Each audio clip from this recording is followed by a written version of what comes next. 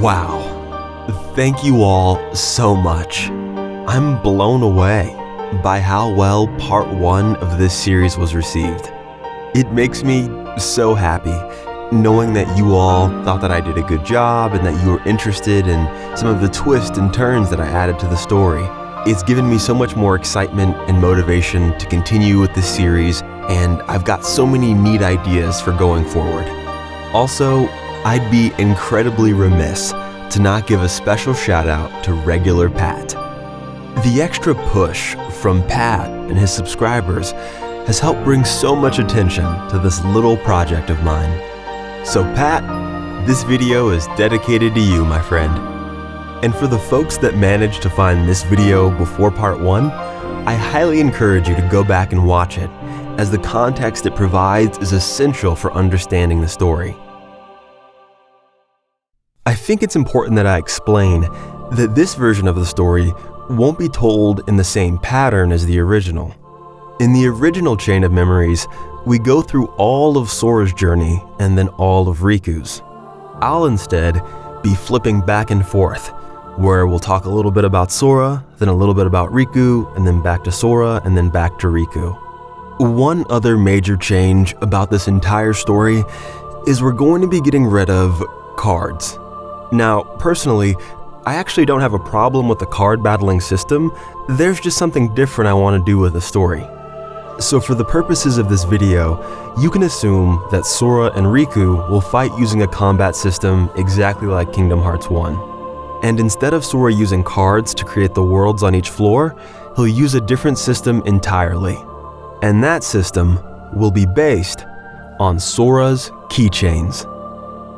His keychains will act as mementos, and the memories that he has of each of them will create the illusion worlds we visit on every floor. I really enjoy this change because I feel that Sora would be far more connected to his keychains than cards. It also ties in really well with the themes related to memory and nostalgia throughout the game. And since I'm the one writing this story, I'm gonna bring Deep Jungle back. Additionally, the keychains that aren't associated with a specific world can instead be used to create things like optional boss rooms. I'm sure some of you are wondering, how does this keychain system work with Riku? So for this story, the basement of Castle Oblivion will only be 1 floor below ground level, and Sora's story will start first, so Riku will always be 1 floor behind.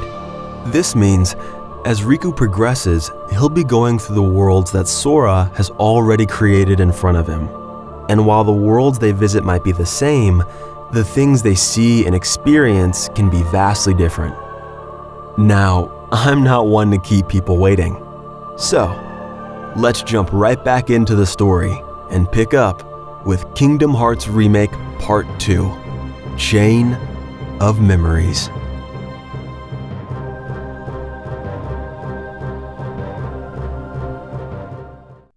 Our story opens with a meeting among 12 individuals, all wearing black robes. This is Organization 13, the group that Ansem had been hiding from. The individual sitting in a chair that is higher than all others in the room begins to speak. He tells the other members that he's been made aware that Ansem has been destroyed. He goes on to say that this will undoubtedly be a major setback to their plans. Several members of the organization audibly vent their frustration. We then turn back to the leader of the group. He tells them that although they've hit a setback, he already has a plan in place for moving forward.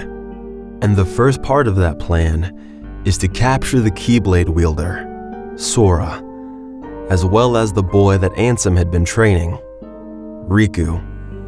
The leader then looks across the room and says, 11, I want you, 12, and 8 to capture Sora. He then turns his head the other direction and says, 4, I want you, 5, and 6 to capture Riku. He tells both teams that they may use whatever methods they wish to accomplish their mission. We then start the opening hours of the game. For Sora, they'll play out pretty much the same, with him being lured to Castle Oblivion and then being explained the rules of the castle.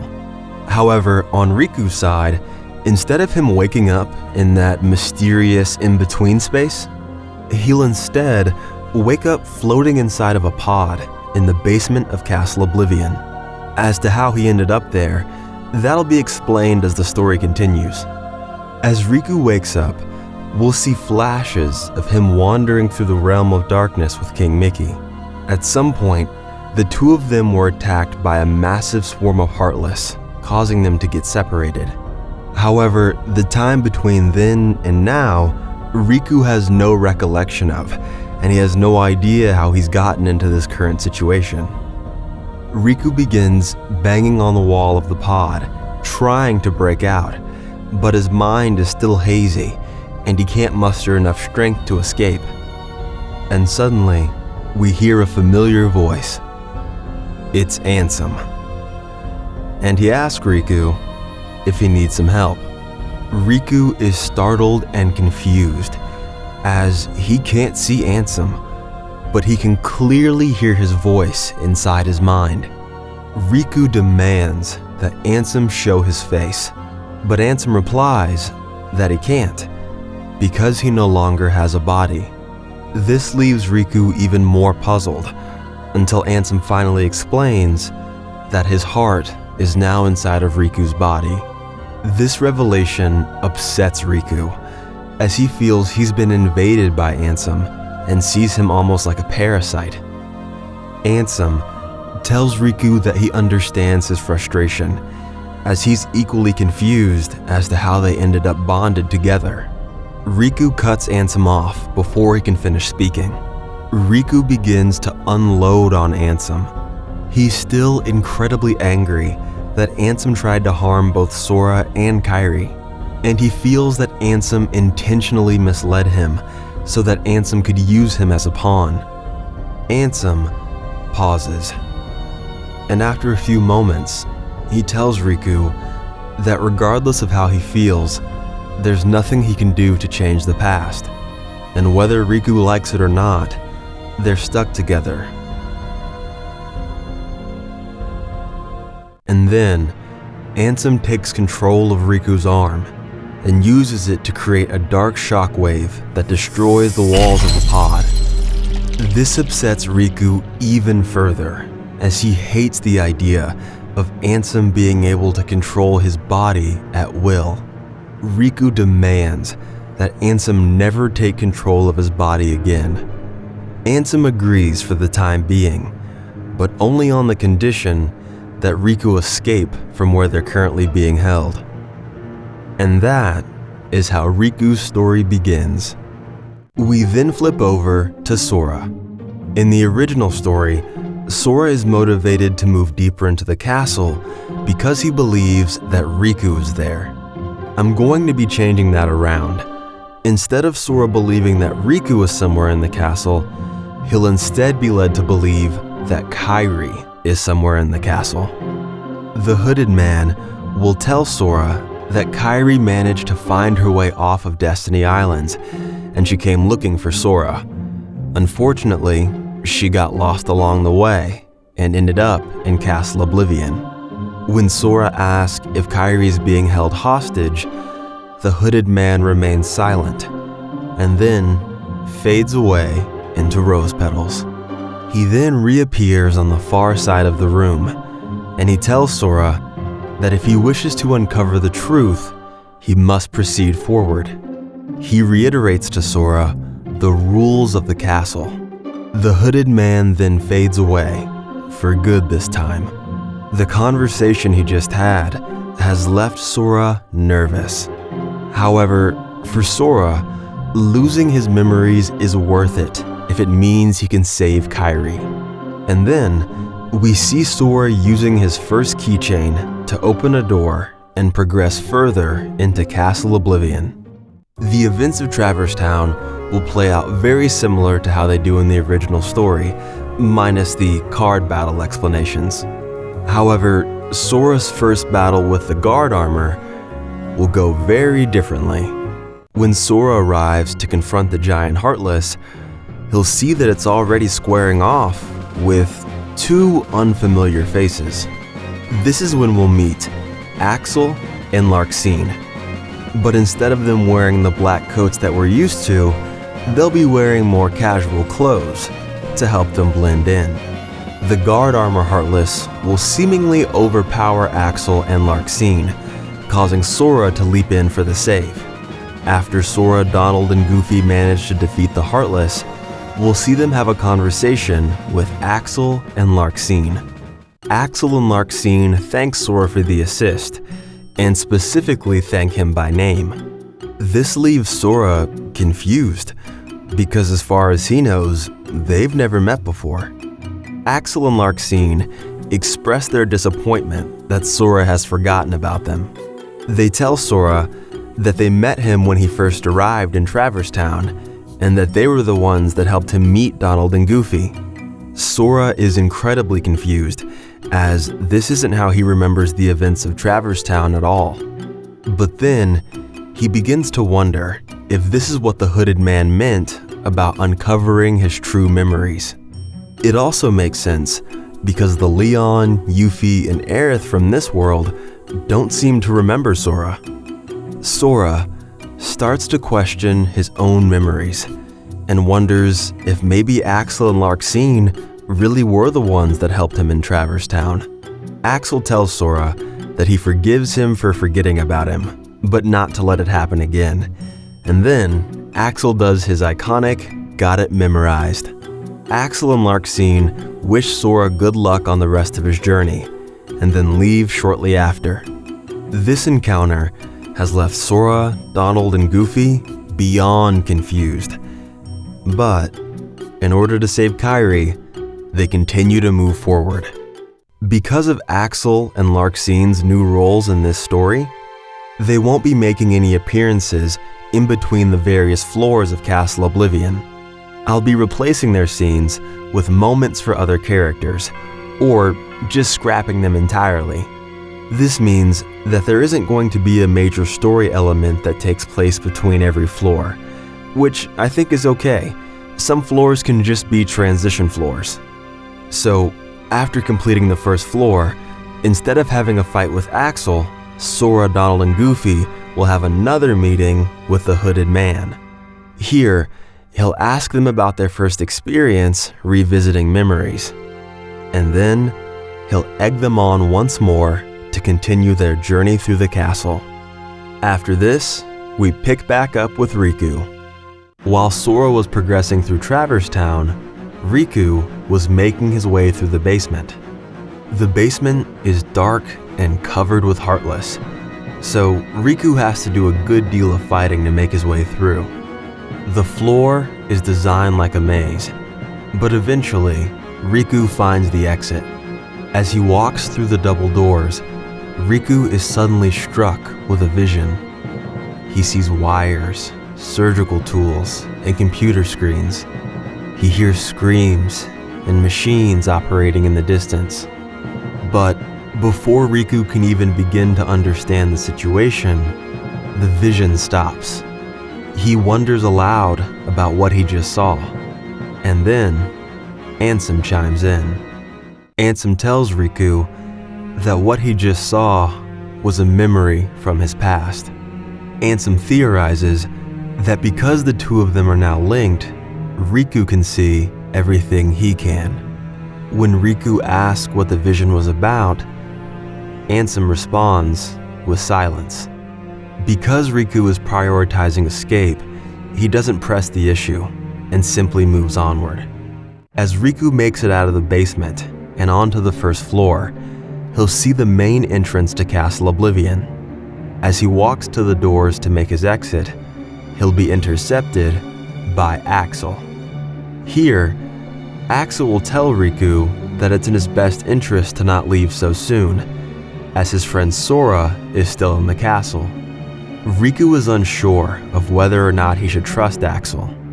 But before he has time to give it much thought, Axel fades away just as quickly as he appeared. Riku is already incredibly guilty about everything that's happened with Sora. So, not wanting to turn his back on his friend again, Riku decides to head deeper into the castle and try to find Sora. We then cut to a scene with Axel and Marluxia. Marluxia is laughing, and she tells Axel how impressed she is with his acting skills. Axel returns the compliment, and then a third person enters the room. And this is where the hooded man reveals himself, and we get to see Marluxia. Marluxia tells Axel and Marluxia that if they want their plan to be successful, they'll need to keep up the act a good while longer. We then cut back to Sora. From here, Sora's path through his memories will be pretty much the same as it is in the original game. This will include Jiminy's journal becoming blank, forgetting about Hollow Bastion, and losing his memories of Kairi. The changes in Sora's story won't pick back up again until Floor 7. In the original story, this is where Sora had his first fight against Marluxia. Instead, this will be the moment where Sora's memories of Kairi completely shift. As he pulls out Kairi's good luck charm, the appearance has changed substantially. Sora then turns to Donald and Goofy and tells them that they have to hurry so that they can rescue Naminé. This will be the first time that Sora says Naminé's name, but due to the potency of the memory alteration, neither he, Donald, or Goofy will even notice the change. We then switch back to Riku. The next stage of Riku's journey has been restructured quite a bit. For starters, Dark Mode. In the original game, Riku gains access to this ability after the first floor. To emphasize Riku's fear of his own darkness, he won't use this ability until much later in the story. Also, because Riku has to follow behind Sora, this means he won't go to Hollow Bastion first. He'll instead go to Traverse Town first. When Riku first arrives in Traverse Town, he'll be confused. One moment he was in a castle, and now he's in a different world. Ansem will tell Riku that he's traveling through an illusion world that's been created from memories. Riku asks Ansem how he knows so much about it.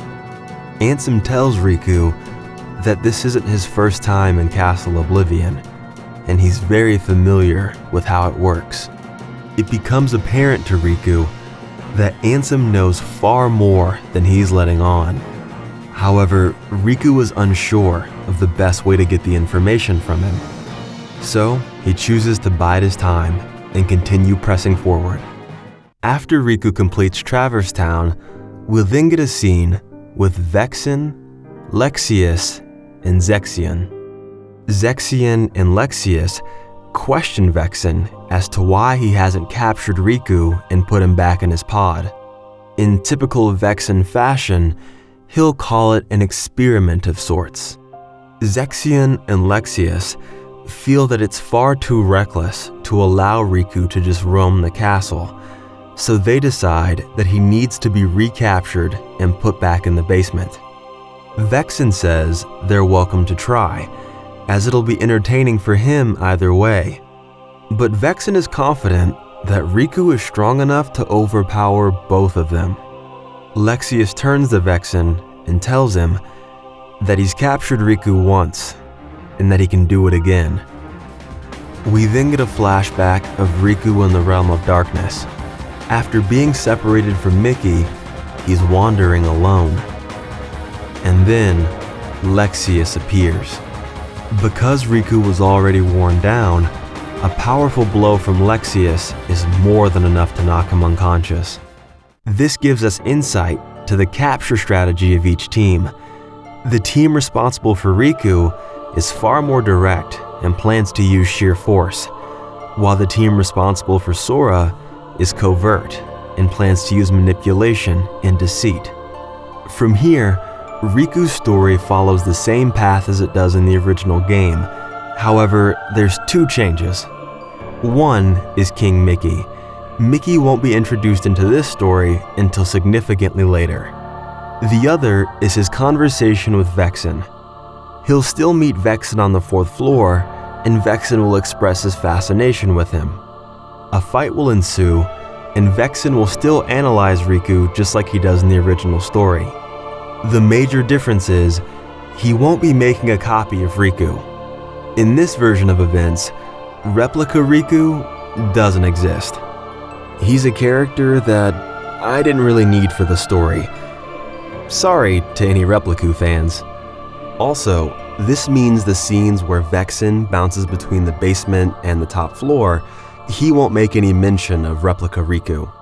So when he pops in to meet with Marluxia's team, he'll simply be checking in on their progress in regards to capturing Sora. After his battle with Vexen, Riku reaches his threshold, and he wants to know what's going on. He starts to press Ansem. He wants Ansem to tell him everything he knows about the people he's fighting against, as well as Castle Oblivion.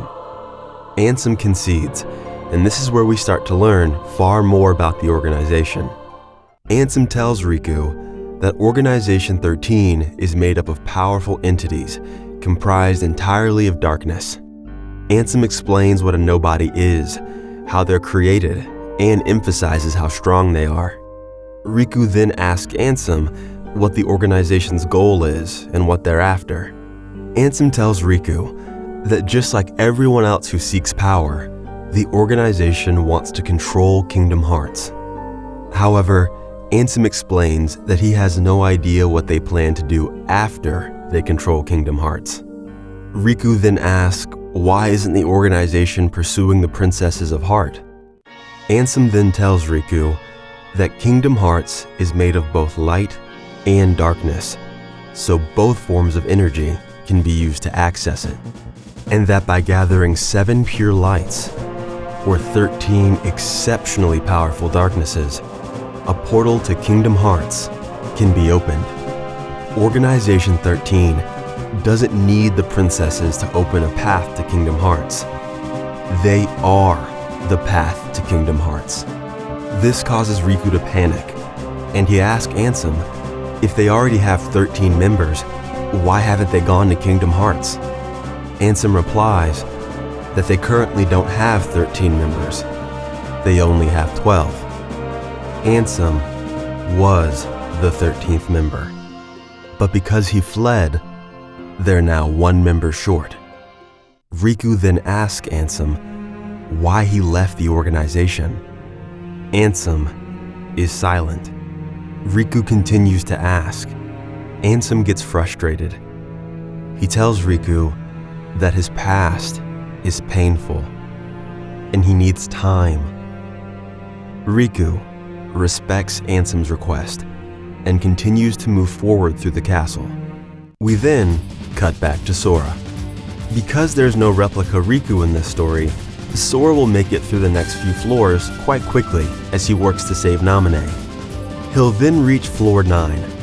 In this story, floor 9 will specifically be used for deep jungle.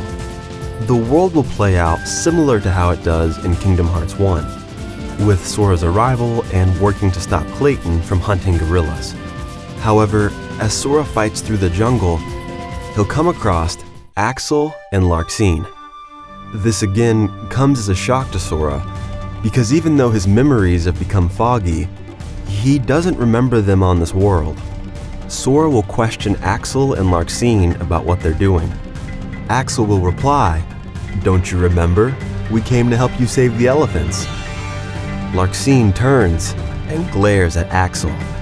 Sora stares at both of them for a moment, and then begins to speak. He tells them that they're not fighting to save elephants. They're fighting to save gorillas. And if they'd really had been with him on this world, they'd have known that. Sora's mind is filled with conflicting ideas, and so he asks Axel and Marluxia if they're really part of his memories. Marluxia snickers, throws her hands in the air, and tells Sora that she's tired of playing along with this game. Marluxia's appearance changes, and she's now wearing her organization coat. She tells Sora that she should have just done this from the start, and that she's going to take him in by force. Larxene then dashes towards Sora, and Axel disappears into a dark portal. We then have a boss battle with Larxene. Sora will be victorious, and Larxene will retreat. From here, Sora will finish the rest of Deep Jungle, defeating Clayton and then moving on to the next floor. We then cut to a scene with Naminé talking to Axel. Naminé is surprised by Axel's earlier slip-up. She feels that his mistake is the only reason Sora caught on to him. Axel tells Naminé that it wasn't a slip-up, and that he has different plans from Marluxia. Naminé looks nervous, and Axel begins to approach her. He then leans in and tells her that if she wants to leave, he won't get in her way. Naminé quickly stands up and runs out of the room. From this point, Sora's story plays out much like the original, with Hollow Bastion, the 100-Acre Wood, and Destiny Islands. However, one world I will be cutting is Twilight Town. I'll use some of the story elements from that world. They'll just pop up in other places. This makes it so that Floor 13 is still the last floor of the game. But going back a bit, we need to talk about what Sora experiences on Floor 12, or Destiny Islands. Just like in the original game, when Sora arrives on Floor 12, it'll be after he separates from Donald and Goofy. He becomes frustrated with them because he doesn't believe they're moving fast enough to save Naminé. And now he's even more worried about her because he knows Axel and Larxene are somewhere in the castle and they might want to hurt Naminé. The events of Destiny Islands will play out just like they do in the original story, with Sora defeating the Darkside Heartless and then learning the truth about Naminé.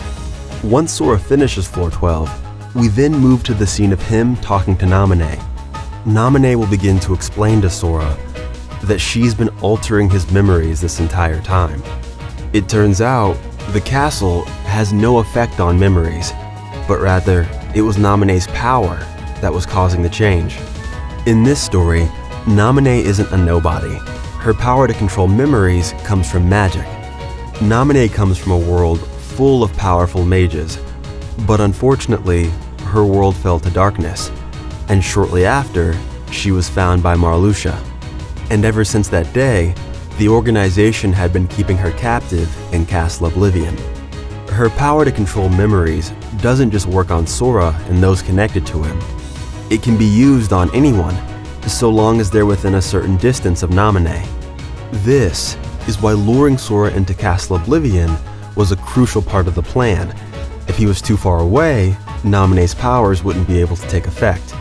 Additionally, because her magic works by manipulating the light in someone's heart, beings of pure darkness are immune. Then suddenly, Larxene interrupts their conversation.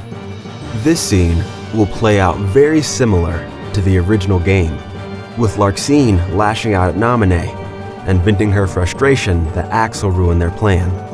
But here is where things differ.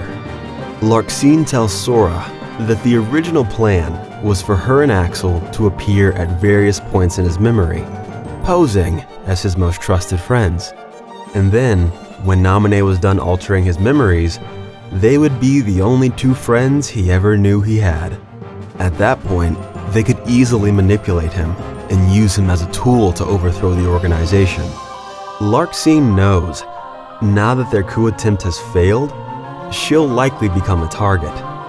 And although her fate may be sealed, she can still use Naminé and Sora as punching bags. Larxene lunges at Sora in anger. But before she can reach him, Donald and Goofy come in for the save. The three of them manage to defeat Larxene, and then Sora continues his conversation with Naminé. But before we see how that plays out, we need to catch up with Riku. Because there's no replica Riku in this story, Riku progresses from Floor 4 through Floor 10 with relative ease, battling a few Disney villains along the way. However, when Riku reaches Floor 11, he'll be stopped by Lexaeus. Lexaeus tells Riku that he can no longer wander the castle as he pleases, and that he's going to put Riku back in the basement. And then a battle begins. Riku manages to injure Lexaeus, but he doesn't manage to bring him down. Riku goes in for another attack, but Lexaeus counters and knocks Riku unconscious. We then have Ansem calling out to Riku. He tells Riku to get up, to use his strength, to use his darkness. He doesn't need to be afraid, and that he's strong enough to control it now. As Lexaeus approaches Riku, Riku rises to his feet and transforms into dark mode. Almost instantaneously, Riku moves across the room and delivers the final blow. After Lexaeus fades away, Riku asks Ansem if he's ready to talk. Ansem agrees. He tells Riku that it might be easier to understand if he shows him. Riku is then shown another vision of Ansem's past. We see Ansem on an operating table. Vexen is standing over him, except he's dressed different. He's wearing a lab coat.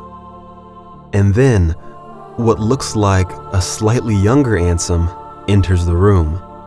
This young Ansem looks at Vexen and asks if it's complete. Vexen tells him not only is it complete, but it's a perfect copy of this young Ansem. Vexen proudly exclaims that he's created his first successful replica. We then transition to another vision, and we see the Ansem we know strapped inside a machine. The machine fills Ansem with pure darkness. Being filled with that much power so suddenly is tearing his body apart. As the machine stops, we see Vexen approach. Vexen says he's disappointed that the transformation didn't occur. We then see Vexen treat some of Ansem's wounds, but then he starts the machine again. This process repeats for days and days as Riku constantly sees visions of Ansem screaming out in pain, until finally, something different happens. Riku is shown a vision of Ansem's body successfully absorbing the darkness, and this is how Ansem became the first nobody. We then cut back to Riku and Ansem inside of Castle Oblivion. Riku is shaken by what he's just seen. Ansem begins to speak. He tells Riku that he was created years before the organization was formed, and that the only life he'd ever known was inside of a laboratory. He watched from inside a cell as the organization was created and its membership grew. Like Ansem, some people were transformed into nobodies artificially, while others transformed naturally. It didn't matter how they were created, the organization was more than happy to bolster its numbers. Riku asks Ansem if all nobodies start out as replicas. Ansem tells him no, and that he is the only one. They used him as the first test subject because no one would care if they destroyed a clone. Ansem goes on to say, while the procedure was forced onto him, other members of Organization 13 willingly became nobodies. But just because someone opts into it doesn't mean they'll survive. And Ansem has seen many a failed test subject. Riku questions why anyone would willingly become a nobody. And this is where we learn some new information about nobodies.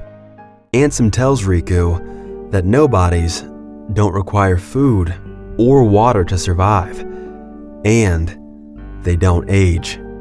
Ansem believes that several members of Organization 13 traded their loyalty in exchange for immortality. This is why Ansem so desperately pursued control of Kingdom Hearts. He knew that once he fled the organization, he'd be on the run until the end of time. Riku is overwhelmed with information. But before he has time to process it all, Zexion appears. Zexion tells Riku that although he defeated Lexaeus, his fight is far from over.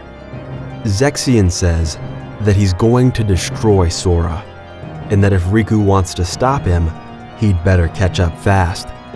Riku then races behind Zexion and enters Hollow Bastion. Seeing this world again is jarring for Riku, because more so than any other, this place has had the biggest impact on his journey. As Riku makes his way through the level, he'll eventually come across his old room. We then get a flashback of Riku first arriving in Hollow Bastion. During this scene, we'll learn that the first person Riku met after arriving was Ansem. Ansem asked Riku how he ended up on this world, as well as why he left his own. Riku tells Ansem that he left Destiny Islands by traveling through the darkness, and that the reason he chose to leave was because he felt trapped there. He wanted to see what existed beyond his small world. Riku's words resonate with Ansem, as he understands the feeling of being trapped. And because Riku isn't afraid of the darkness, Ansem believes he can teach him how to use it. And this is how their journey began. Two beings who used the power of darkness to escape the places they were being trapped. The flashback ends and cuts back to present day. Riku is now standing in front of Maleficent. Riku tells her how he's defeated every one of her allies while traveling through memories, and now she is the last one to go. We then have the battle against Maleficent. Riku defeats her and completes Hollow Bastion. The next floor is Destiny Islands, and here Riku finally comes face to face with Zexion. The events of this world will play out just like the original, with the battle against the illusion of Sora, as well as the vision of Kairi. The one difference is, once Riku manages to break free of the illusion and defeat Zexion, this really will be the end of Zexion. As Riku exits floor 12, he'll hear a familiar voice in the distance. And this is when Mickey finally arrives. The two of them will be happy to see each other and spend a few moments catching up. Mickey tells Riku that back when they first started traveling together, he cast a spell on him that would allow him to track Riku down should they ever get separated. Riku thanks Mickey for his forward thinking, and then tells him everything he's learned while inside the castle. This new information about nobodies, as well as the organization, makes Mickey a bit nervous. But he manages to calm himself down, as he realizes that now the organization is at least 3 members short of their goal. Mickey tells Riku that right now their priority should be to catch up to Sora. The two of them enter the 13th and final floor of Castle Oblivion. Once they make it about halfway through the floor, they're stopped by Vexen. Vexen tells Riku that after analyzing him while he was asleep, he knows that Ansem's heart is inside of him. Vexen laughs and says once he recaptures Riku, he's going to rip Ansem's heart from his body, and this time, he'll stick it in something that can't run. This angers Riku, as now he's seen the pain that Ansem had to experience at the hands of Vexen. Riku and Mickey put an end to Vexen. We then hear from Ansem. Ansem tells Riku that since the first day he escaped, his greatest fear was going back. He never wants to be trapped again, and feels there's nowhere he can go to be safe. And so he asks Riku to destroy his heart. Riku refuses, and so Ansem takes control of Riku's body. Ansem tells Riku that if he doesn't agree to destroy him, that he'll use his body to destroy them both. As Riku struggles to regain control, we then transition to a scene inside of Riku's mind. Here, we see what appears to be a projection of both Riku and Ansem. And in this mindscape, one last battle between Riku and Ansem takes place. Riku is victorious. As the vision of Ansem starts to fade from Riku's mind, he says his final words. Ansem expresses regret for taking control of Riku's body, but he knew the only way to get what he wanted was to force Riku's hand. Riku is disheartened as he watches his former mentor disappear in front of his eyes. Riku tells Ansem that he'll miss having him around. Ansem smiles and says that even though they may not be right next to each other, they'll always be connected by the chain of memories they share. And then Ansem completely fades away. We then cut back to the real world. As Riku comes to, he sees Mickey standing over him. Mickey expresses his relief that Riku's okay. Riku looks somber and then tells Mickey that Ansem is gone. Mickey is conflicted, but wanting to be there for Riku, he offers his support and understanding. Riku stands up, and with resolve in his eyes, he says he's going after Sora because he refuses to lose another friend. We then switch back to Sora. Sora tells Naminé that he has no hard feelings about her messing with his memories, as he knows she was doing it against her will, and that his real enemy is somewhere deeper in the castle. From here, Sora, Donald, and Goofy proceed on to the 13th floor. We then get a scene with Axel and Marluxia. Axel reveals that under direct orders from their leader, he's been intentionally sabotaging both teams at Castle Oblivion. It turns out their leader had suspected there were traitors in the organization for a while, and in reality, he had no use for Sora or Riku. He simply believed that by trapping both of them in the castle with the traitors, they would all destroy each other.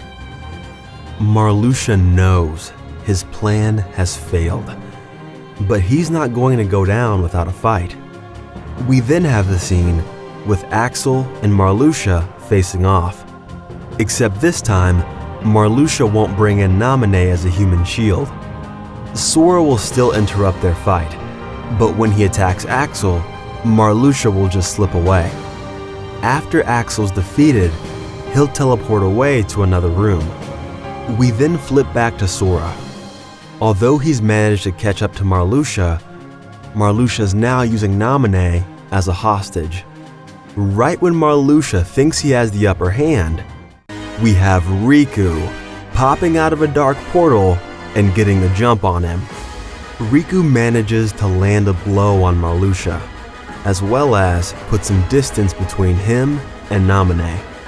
Sora is shocked to see Riku, as he had no idea he was in the castle this whole time. The two of them don't get to enjoy their reunion for very long, as now they have to take down Marluxia. The combined power of Sora and Riku is more than enough to make Marluxia retreat. Afterwards, Sora and Riku catch up and talk about their experiences in Castle Oblivion. Riku is concerned when he learns that Sora's memories have been altered, but Naminé tells him that she can use her powers to put his memories back the way they were. This is when Naminé and Riku will meet for the first time.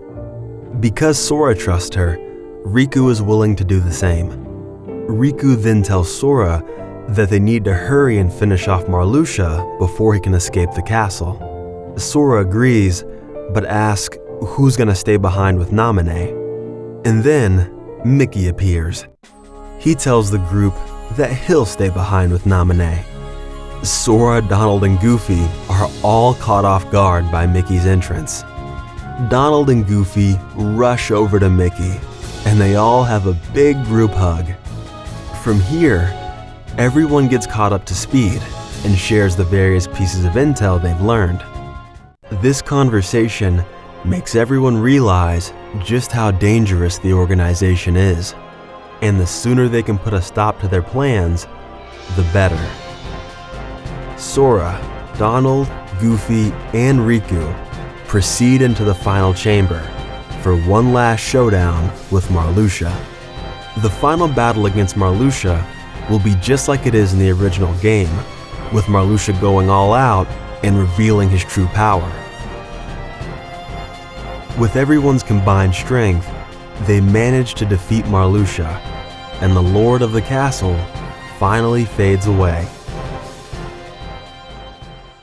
After the fight is over, Riku pulls Sora aside. Riku takes a moment to apologize to Sora for all the things that have happened between the two of them up until this point. Riku acknowledges that the darkness controlled him and not the other way around. But now, he's in control, and he'll never turn his back on his friends again. Sora, being Sora, happily accepts the apology. They head downstairs so that Naminé can put Sora, Donald, and Goofy in their memory pods. After a conversation with Naminé, the three of them go to sleep. We then fast forward about a week or so. We see Riku and Naminé talking as Sora sleeps in the background. Riku says that while Sora's memories are being fixed, he and the king will start working on a plan to take down Organization 13. Mickey enters the room. He tells Riku that the person they've been waiting for has arrived. Riku says goodbye to Naminé, waves at the sleeping Sora, and then exits the basement. Next, Riku will have his first encounter with Diz. Diz tells them that if they're going to fight the organization, that he's more than willing to help. Diz then offers a black coat to both Riku and Mickey. We then cut to a scene of Axel. He's reporting in to someone he calls the Superior. He tells him that his mission at Castle Oblivion was a success, and all 5 of the traitors have been dealt with. But Axel questions the Superior's decision. He feels that eliminating so many members only sets them further away from their goal. The Superior tells Axel that although it may take time, he can always find new darknesses, but he has no room in his organization for traitors. And in fact, the replacement process has already begun. And then, Roxas enters the room.